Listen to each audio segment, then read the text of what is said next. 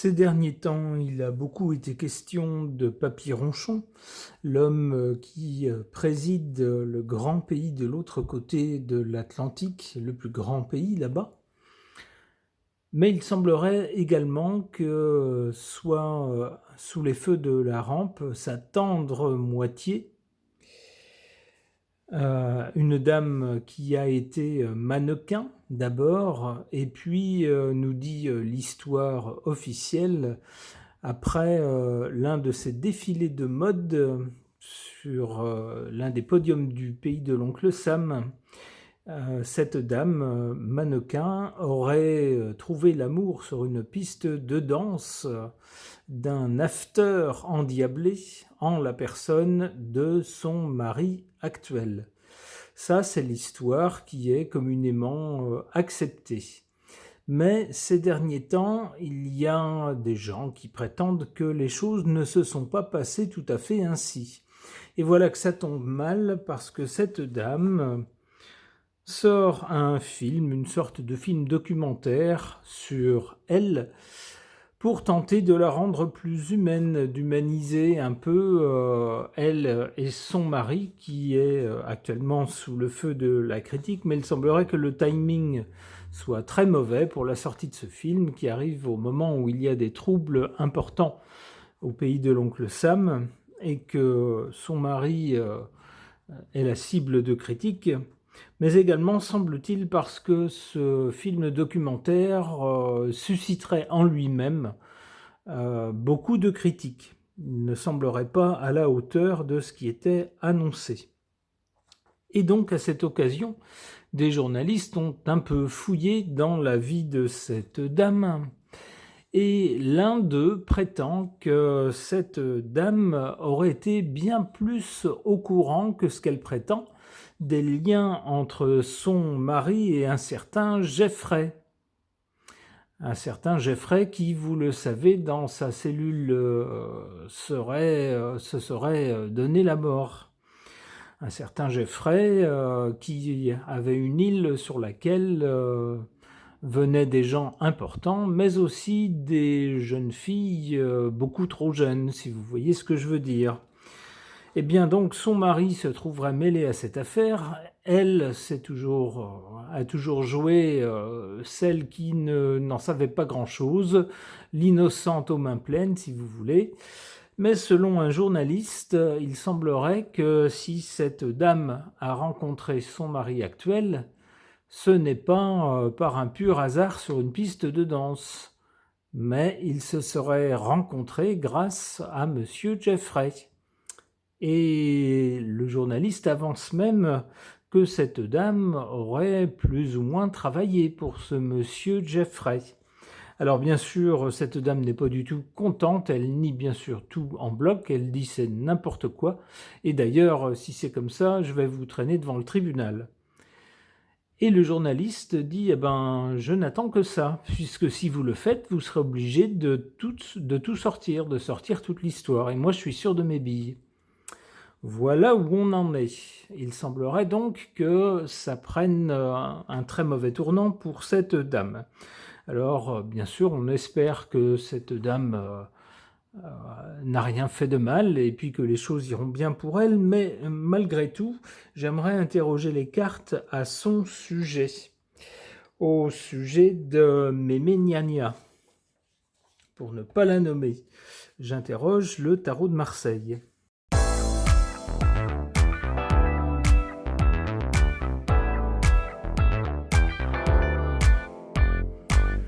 Que suggèrent ces cartes au sujet de Mémé Gnagna, l'épouse de l'homme le plus puissant, l'ancien promoteur devenu homme très puissant chez l'oncle Sam. Du côté du passé, ici, on voit bien deux personnes qui se rencontrent, qui se touchent même physiquement. Bon, on imagine que ce fut le cas puisqu'ils ont eu une descendance. Et puis surtout, on voit au-dessus d'eux un soleil rayonnant. On voit bien que c'est un couple très très en vue. Alors le soleil suggère la force, la puissance, et puis également la richesse. C'est bien le cas pour ces deux personnes. On nous dit, lorsqu'on lit la biographie de cette dame, que c'est quelqu'un qui a su très bien gérer ses affaires, même avant de connaître son mari actuel. C'est quelqu'un qui avait su gérer sa carrière, gérer son argent, bien le placer et devenir une femme d'affaires, si vous voulez. Alors maintenant, avec les choses qui se passent, on a cette carte du mat qui n'est pas de très bon augure. Ça semblerait nous dire que, alors qu'avant on avait des gens puissants, bien établis, qui rayonnaient, eh bien, soudain les choses partent un peu en vrille avec cette carte du mat. C'est bien ce qu'on peut constater actuellement. Elle sort son film documentaire, hélas, ça n'est pas au bon moment. C'est un moment où son mari fait face à beaucoup de critiques, que ce soit à l'intérieur, enfin du moins pour ses actes à l'intérieur du pays ou vis-à-vis de pays étrangers. Il est très critiqué et en plus la qualité de son film, de son documentaire, alors je mets ça au conditionnel parce que je ne l'ai pas vu, mais j'ai consulté beaucoup d'articles qui vont tous dans le même sens.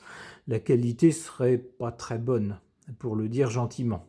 Ça prêterait le flanc à la critique. Il y a même des endroits où, à peine mis en salle, eh bien, il a rencontré tellement peu de succès qu'il va être rapidement retiré. C'est ce qu'on nous dit. Donc ça partirait un peu en vrille. Et puis maintenant, il y a ces accusations d'un journaliste qui en ferait une dame au passé pas très nette. Alors qu'est-ce qu'on voit du côté de l'avenir? On voit la tempérance. Donc on peut penser que c'est un mauvais moment à passer. Maintenant, vous savez comment ça se passe. C'est pareil dans nos vies à nous, les gens, les petites gens, les gens normaux. Quand on commence à avoir un problème, puis deux, eh bien voilà, c'est toute une cascade. On se dit, mais quand est-ce que ça va s'arrêter? Tout arrive en même temps, c'est souvent ça. Eh bien voilà, dans la vie de cette dame, il semble que ce soit ça. En ce moment, c'est son mauvais quart d'heure, mais qu'ensuite, avec la tempérance, on peut penser que les choses iront mieux. Pourquoi? Eh bien peut-être que finalement le journaliste soit n'ira pas jusqu'au bout, soit n'aura pas suffisamment de faits convaincants pour pouvoir prouver ses dires, ça pourrait être ça. Soit il arrivera à un accord avec cette dame sans devoir passer devant la justice, ça peut être ça. On peut penser à des choses comme ça. Et puis donc finalement, d'autres nouvelles viendront et puis cette histoire-là sortira de la tête des gens. C'est possible.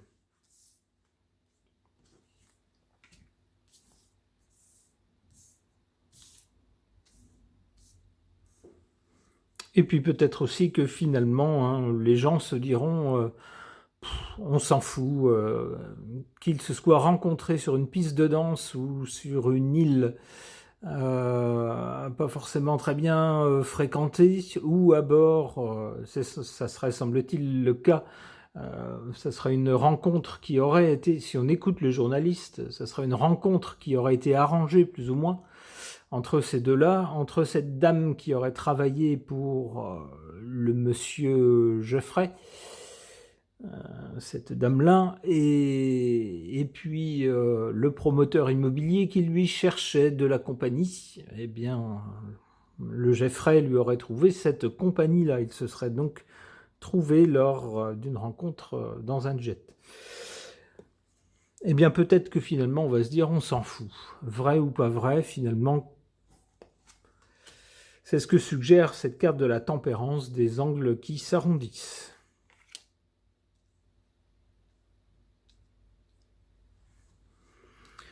En carte défavorable pour cette dame, cette carte du chariot. La carte du chariot, normalement, lorsqu'elle tombe à un endroit, elle montre qu'on donne un coup de collier pour passer en force. Et s'il y a des difficultés, des choses qui nous arrêtent sur notre route, des choses dont on ne sait pas comment s'en dépêtrer, avec le chariot, on peut donner un coup de rêne et finalement on passe. D'une façon ou d'une autre, on passe l'obstacle, on passe la difficulté. Mais ici, c'est en position négative. Ça peut faire penser que les difficultés ne sont pas finies pour cette dame, que cette histoire, même si ça s'apaise un peu, on n'en a peut-être pas fini. C'est peut-être quelque chose qui, faute d'éléments, se finira par un match nul, par un non-lieu, si vous voulez. mais pour certains, ça sera peut-être pas fini. En carte favorable pour cette dame, on a la carte du pape. Le pape, c'est une autorité morale, c'est quelqu'un qui n'a peut-être pas de pouvoir temporel réel, mais par son attitude, par sa philosophie, donne l'exemple et puis est regardé et écouté pour d'autres personnes et fait figure un peu de boussole morale.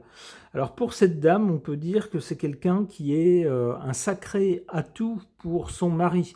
Son mari qui est souvent vu comme quelqu'un d'assez peu dans les normes de ce qu'on a l'habitude de voir pour un chef d'État. C'est quelqu'un qui est très truculent, très emporté, qui dit une chose un jour, le lendemain autre chose, qui prétend qu'il ne l'a jamais dit, qui lance des actes, enfin qui promet des actes dont on lui dit après que c'est pas possible parce que c'est pas légal. Bon, enfin, vous voyez, il part un peu dans tous les sens, il est très actif, plein d'énergie, très autoritaire aussi.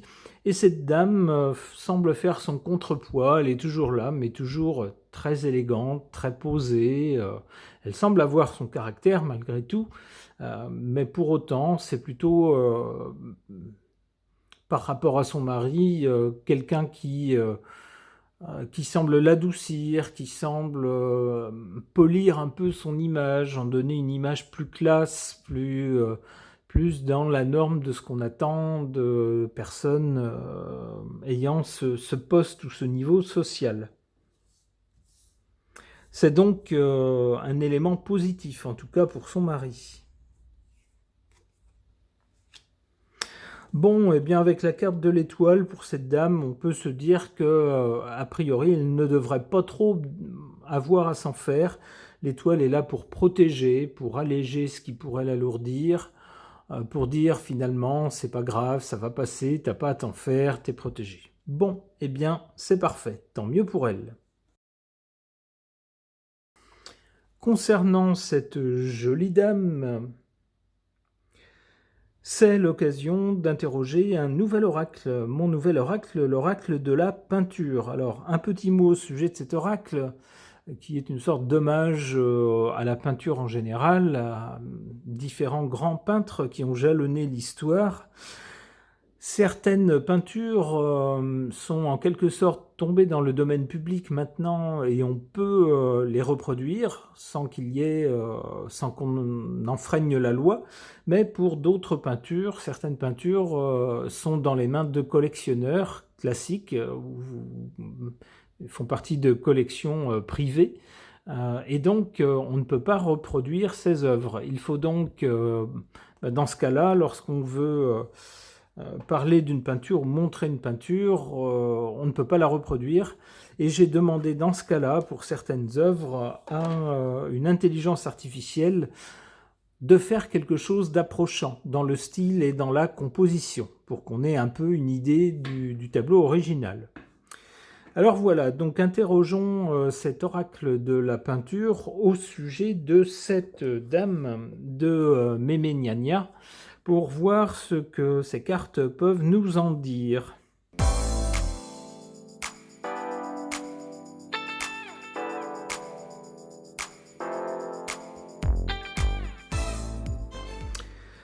Eh bien, on a des cartes qui vont un peu dans le même sens que le tirage précédent. On a en première carte, ici, du côté du passé, pardon, la même carte que dans le tirage précédent. Une carte qui nous parle du soleil, impression soleil levant, inspirée par la peinture de Claude Monet, le tableau de Claude Monet. On nous parle donc de soleil du côté du passé. C'est-à-dire que cette dame a connu une carrière brillante, une carrière de mannequin qu'elle a su faire évoluer en une carrière de femme d'affaires, et puis finalement en tant que femme d'affaires et mannequin, elle aurait rencontré à l'issue au cours d'une petite fête après un show de mode, elle aurait rencontré son mari actuel. Donc on a donc un parcours tout à fait brillant, tout à fait solaire, avec des gens en vue, des gens qui sont dans les magazines, qui se montrent, et dont c'est un peu le métier d'ailleurs d'être vu. D'où ce soleil. Qu'est-ce qu'on a pour le présent? On a cette carte de la persistance de la mémoire, inspirée du tableau de Salvador Dali. La persistance de la mémoire, ça nous parle de temps, de passé, de choses héritées du passé. C'est ce qui se passe maintenant et qui fait l'actualité concernant cette dame. Pourquoi? Eh bien parce que des choses de son passé ressurgissent. En tout cas, c'est ce que prétend un journaliste qui prétend avoir mis le doigt sur des choses tout à fait gênantes concernant cette dame, cette Mémé Gnagna. Mais du côté de l'avenir, avec cette carte du monochrome bleu, inspirée par la célèbre peinture d'Yves Klein, eh bien, qu'est-ce qu'on a? On a, un peu comme dans le Bénin, une carte bleue, avec un bleu profond, qui est plutôt de bon augure, qui augure des choses qui s'apaisent et qui est finalement une carte protectrice, pour dire que les choses qui vont mal maintenant ou qu'on lui reproche maintenant, il n'y a pas trop à s'en faire, ça va s'arranger, ça va s'adoucir, ça va s'aplanir.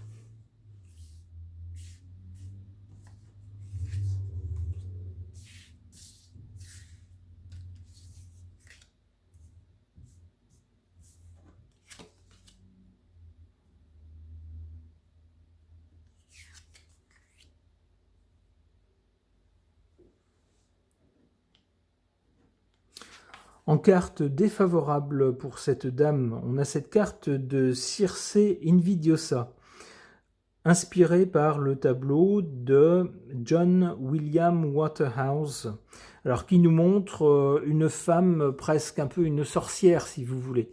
Une dame qui fait des choses étranges à la lumière de la lune.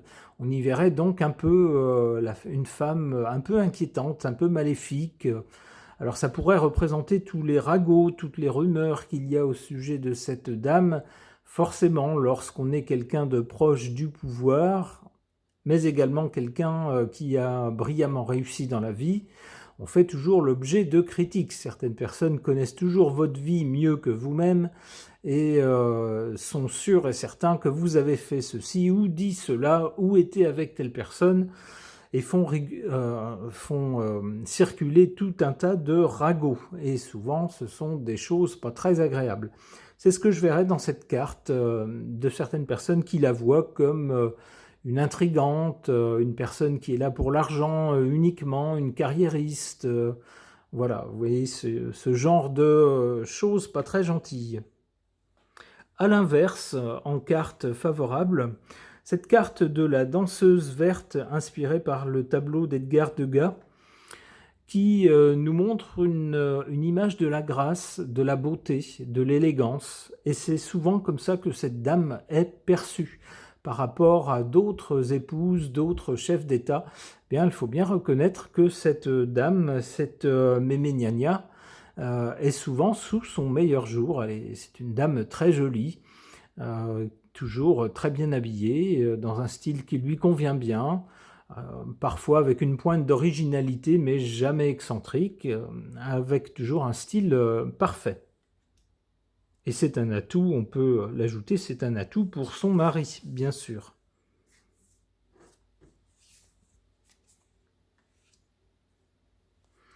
Alors du côté de l'avenir, après cette carte du monochrome bleu qui laisse penser que quoi qu'il arrive, cette dame est protégée. On peut penser aussi qu'elle a une armée d'avocats et puis peut-être des gens puissants qui la relayeront, qui relayeront ses intérêts, que ce soit dans les médias ou dans les institutions. Donc, elle est sans doute mieux protégée que Monsieur X ou Madame Y. Eh bien, non seulement ça, non seulement elle est protégée, mais avec cette carte du lutteur inspirée par un tableau d'Egon Schiele, on peut penser que c'est quelqu'un qui ne va pas se laisser faire. Même si elle n'a pas grand-chose à craindre, eh bien, elle ne laissera pas passer des ragots, des histoires sur elle.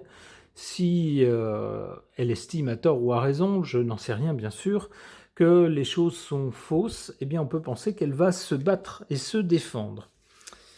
Allez, une troisième carte, une dernière carte. Icare, inspiré par le tableau d'Henri Matisse. Avec Icare, on voit une personne qui cherche à atteindre, alors selon le mythe d'Icare bien sûr, qui cherche à atteindre le soleil, à aller au plus haut. Attention, parce qu'il y a le danger de se brûler les ailes. C'est aussi le mythe d'Icare, qui s'était fait des ailes en cire, mais en s'approchant du soleil, les ailes ont fondu et il est tombé. Donc il y a ce danger de vouloir aller trop haut et puis de se brûler les ailes et de chuter. C'est peut-être la mise en garde qu'on pourrait donner à cette dame. Quoique, là où elle est arrivée maintenant, je pense qu'elle est arrivée au sommet. Eh bien, malgré tout, quelles que soient les rumeurs qui sont répandues à son sujet, alors peut-être sont-elles vraies, je n'en sais rien. Je ne connais pas sa vie, je n'étais pas dans les endroits où elle est allée, je serais donc mal placé pour affirmer des choses. Eh bien, on lui souhaitera quand même à elle et à tout le monde le meilleur. Ce tirage de cartes est maintenant terminé, merci de l'avoir suivi.